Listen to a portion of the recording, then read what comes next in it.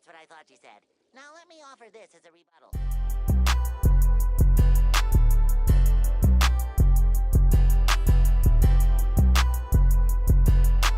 Fleslet on the beat.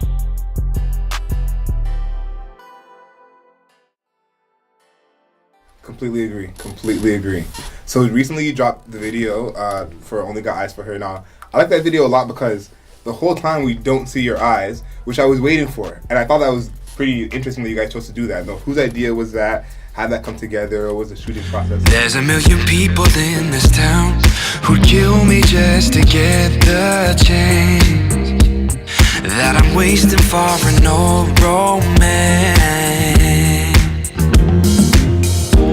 Oh, I hate to see you cry. You're still beautiful despite the tears that are streaming down your face. We kind of came out.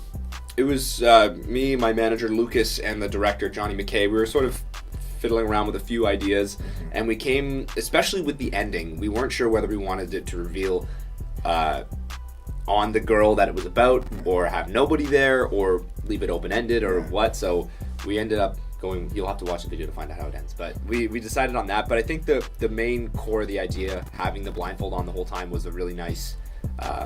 It makes the video unique. Yeah. And was challenging to shoot that. Definitely, I almost killed an old lady at the X. You honestly look super comfortable with that blindfold on. Like you look super comfortable with it on. Well, for every 10 seconds of me looking super comfortable in the blindfold on the video, there's 5 minutes of me flailing around like a moron and not knowing where I am. Because we were in public places. We went to the exhibition to shoot part of that, and I walked straight into an old lady and knocked her cart over. Because it was rough, but it turned out well. But yeah, no, it did. It was worth it.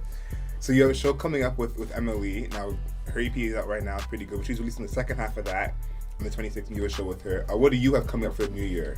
Well, I have a TV show coming out on CTV in January. Hopefully in January. They actually are not 100% on the date yet, but new year for sure.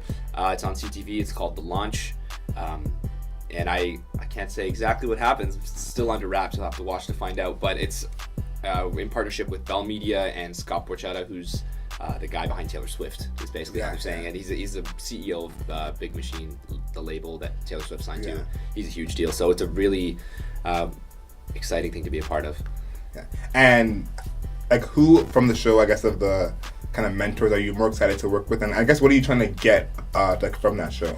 Well, I've am I allowed to say, what do you think, Luke? Can I say who's on my episode? No. So I know which mentor I've worked with. Okay. But I can't say, the mentors have been released, but I can't say which one was on my episode, unfortunately. Okay. But I can say that the two mentors that were on the show were amazing. I'm a big fan of their work, and they were super helpful. I on the show, I perform, when I was singing, part of the process of me singing was behind the piano, and part of it was me just on a microphone, and I'd never done that before, ever. I've always only sang behind the piano. Really? So they really helped me, coach me how to not look stupid with a mic, basically, because it's it seems easy, but once you're standing there, it's like, what do I do with my hands? It was weird. So they really helped with that. Well, that's good to hear. Do you feel like, I guess, the show will help you, I guess, grow as an artist and just improve things that you wouldn't have improved otherwise? And one of those things is singing without a piano. It was a huge learning curve. I mean, I'd never even done an interview before, but as soon as you get on set, they're like, hey, you got 5 interviews and you're just going to sing this song a cappella in the room. Like right now, it was like they just threw you into a whole full press junket with E-Talk and CTV News and all these different things. It was 0 to 100 really quick. So, to quote Drake.